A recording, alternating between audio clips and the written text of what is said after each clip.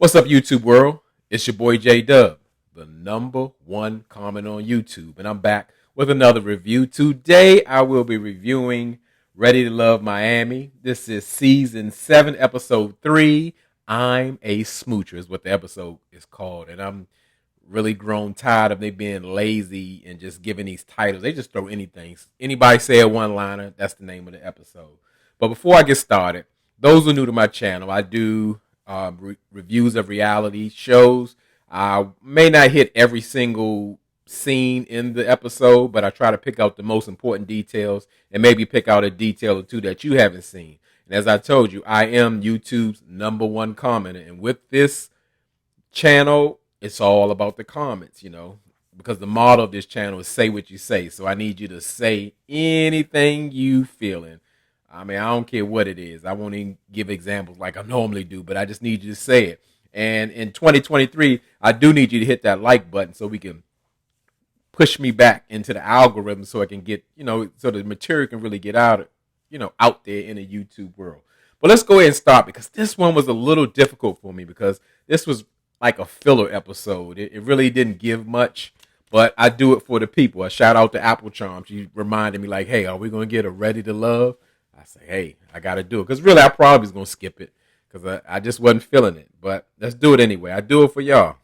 So it starts off with the ladies' lounge. It's pretty much been rebadged from the men's lounge because they're in the same place, at the church house with all, the fully stocked bar in it or whatever.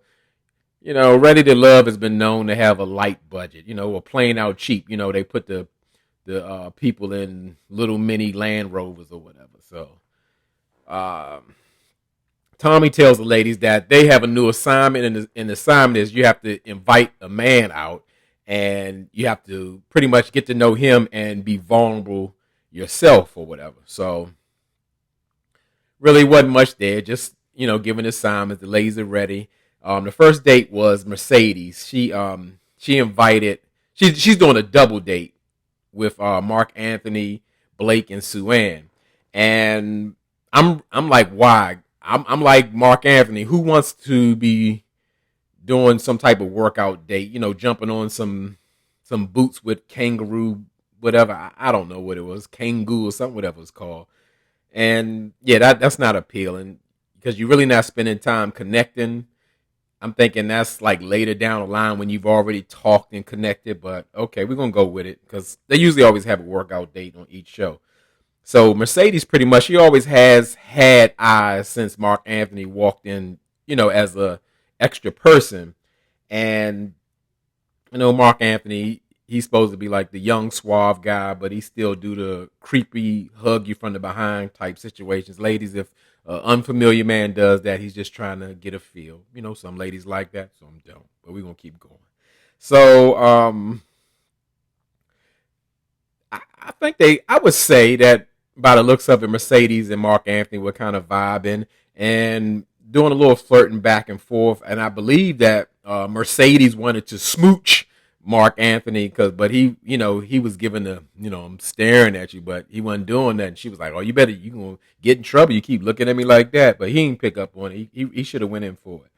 But as far as Blake and Sue Ann, they split off as well. And I have to say, Blake, I don't think he was trying to get to know Sue Ann. I think he was trying to play the game of Survivor, if you will. He's trying to like form alliances with Sue Ann. And as a predator like Blake, he's going to look for the weakest link or whoever is showing any interest in him, and he's going to play on that. So now, instead of getting to know Sue Ann, he'll compliment her a little bit, and then he'll tell her, "I'll give you a code name or nickname, and even give you the code eyes to kind of tell you what I want you to do." It's very manipulative. It wasn't a connection or I want to get to know you or I think you're a wonderful person and all of that. It was just like, it was kind of awkward. To me, Blake is awkward. So, Blake tells Susu, that's his nickname for her. Does anybody see like the resemblance of Blake and Prince? He's built different from Prince, but he like his gestures, his face, his eyes. It reminds me of the artist formerly known. But Susu's just eating it up. Like she's just going along with it. Blake's telling her, I'll use your name, when I have to or whatever. And she's like, oh, just when you have to or in emergencies or whatever. I mean, it really comes off just desperate, plain old desperate. And I want something better for an educated melanin attorney that lives in Miami. She should be pulling them, but I guess not. That's why she's on the show. So we see Cynthia.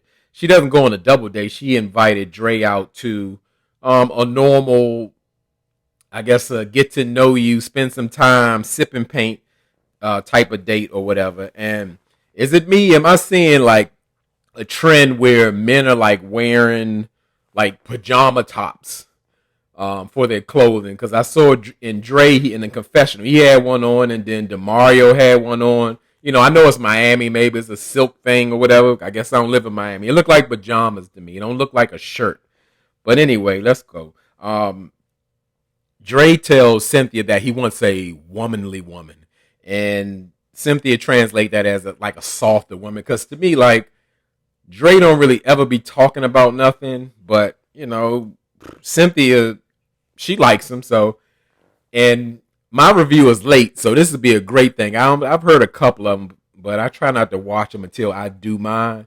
But an unpopular opinion about this connection. I just wasn't really impressed by it.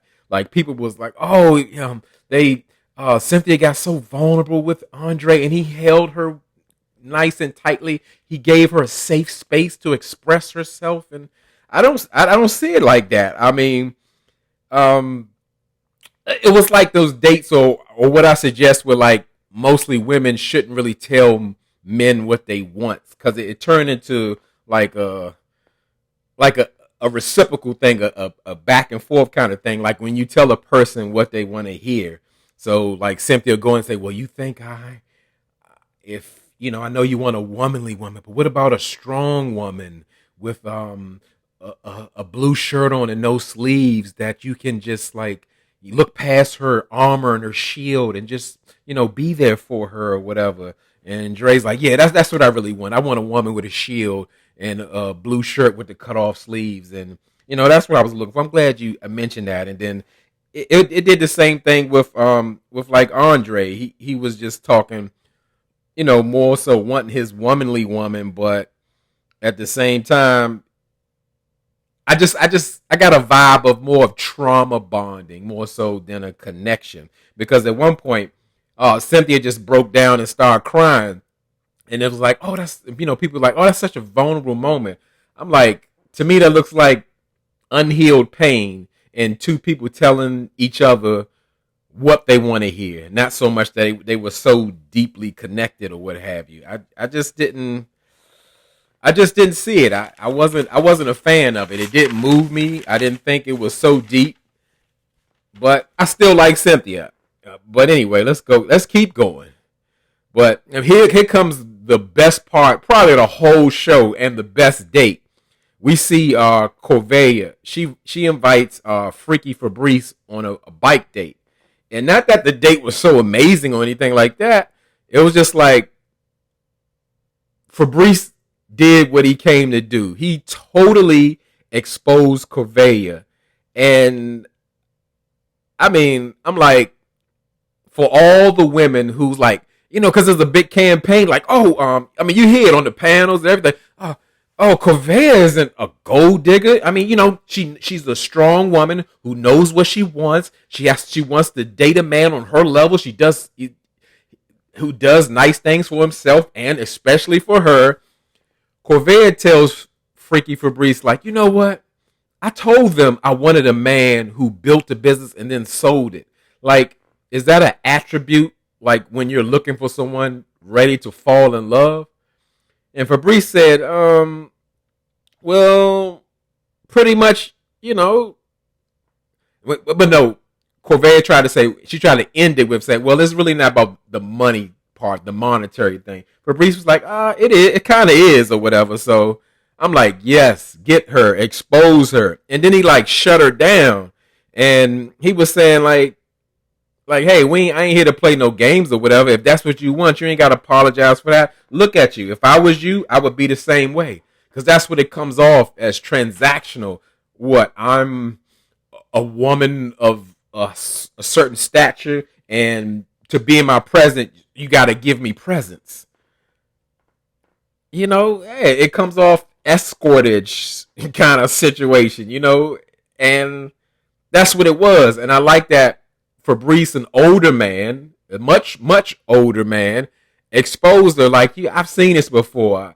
You ain't running game on me or nothing like that. And Corvea absolutely hated it. He shut her down. She tried to explain. He like, listen, I didn't met one of you. My first love was a little PYT Puerto Rican type situation. So you ain't really saying nothing to me. I really know you better than you are. She's like, like it was excellent. It was great, and that's the one time that I enjoy seeing Fabrice on my camera because he just put a mirror right up to her. He showed her what she's all about. We talking about ready for love, and the first thing you say is, you know what? Oh, I would just really fall in love with a guy who has built a business and sold it. That means he got a lot of money in the bank. Come on now. I mean, but for real, this is, to me, Fabrice was the only possible match I saw for Cavalier. She already gave off the gold digger vibes. He just pulled that mask off, showed her what he was, beat her at her own game, and she hated it. She couldn't do nothing with her. Her bottom jaw was on the ground. So I don't even see her lasting next week. She gotta be gone. So we see another double date. I hate the double dates. I like the one-on-ones. I guess they do it for time. I don't know. But we see Morgan and Marcia. They're having a double date with Lyndon and Tony on the beach. And Morgan was saying, like, as far as her being vulnerable and everything on a date, that's a big ass for me. I was like, did she say big ass? She's saying it was a big ask of her. And she let the guys know, like, she has never been in love before. And red flag, this lady has a child. She's 34 years old. What you been doing from 18 to 34? I don't know. Red flag, big red flag. She done lost points with me. Cynthia's at the top, the number one at this point. Morgan is a no. Don't do ready for love. Just do it just how they've been doing it, ready for fun. And Tony comes right behind it and asks a dumb question. So are you ready to love? She like, sir, didn't I just tell you I don't even know what love is? I'm Forrest Gump. I don't know what love is. No, Forrest Gump did know what love is. But she don't know what love is. So she don't know if she's ready for love. And I'm thinking, like, why are you on this show? It's called Ready for Love. That means you have come into a point in your life where you know you need and you ready for love to be in your life. But she never had it, don't know it, whatever. Not so attractive anymore to me. She's lost a lot of points. So at this point, why is she on the show? I don't know. But let's keep going. So the couples break apart. Lyndon, he's having some one-on-one time with Marcia, and Tony's with Morgan. And Lyndon immediately apologizes to Marcia and like, I took your number, but I've been so busy. The bar's been jumping. I can barely, I got to sleep in the morning. Marcia like, save all that. Listen, if you wanted to make time for me, you would have made time for me. At least Marcia understands that, yes, if he was about her, he would be calling her. I'm certain that Lyndon has made time to call Morgan. You better know it. But, it is what it is. She held him accountable, and I did like that. And by not letting Lyndon off the hook, he didn't feel no type of way. He just kept going on with his game plan. He did not read the room and pretty much saying, like, I want to do something important, and then leans in for a kiss. And she's like, oh, no.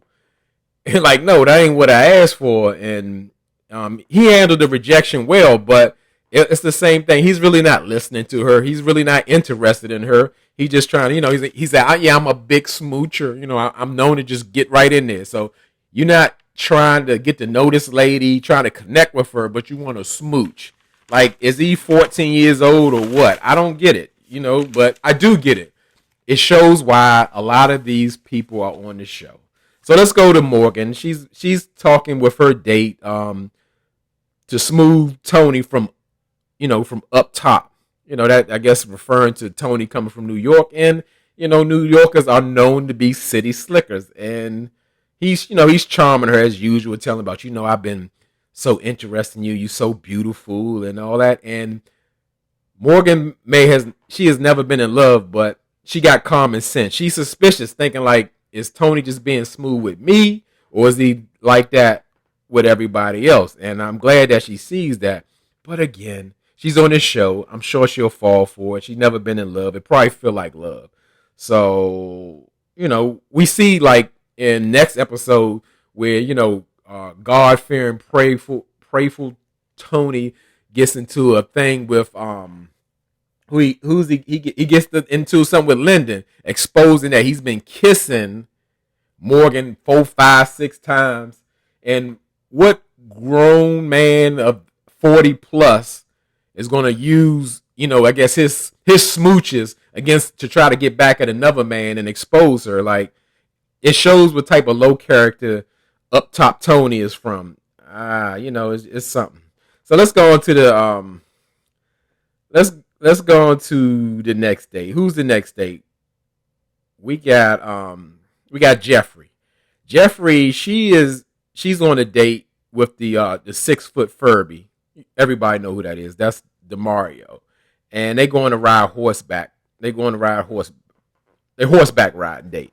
And he was excited. He was like, how am I supposed to ride a horse in Miami? That's how Furbies, they blink real slow with their big eyes. I'm supposed to ride a horse? But in real life, Jeffrey just looking for a daddy for her 3 children who don't have no daddy.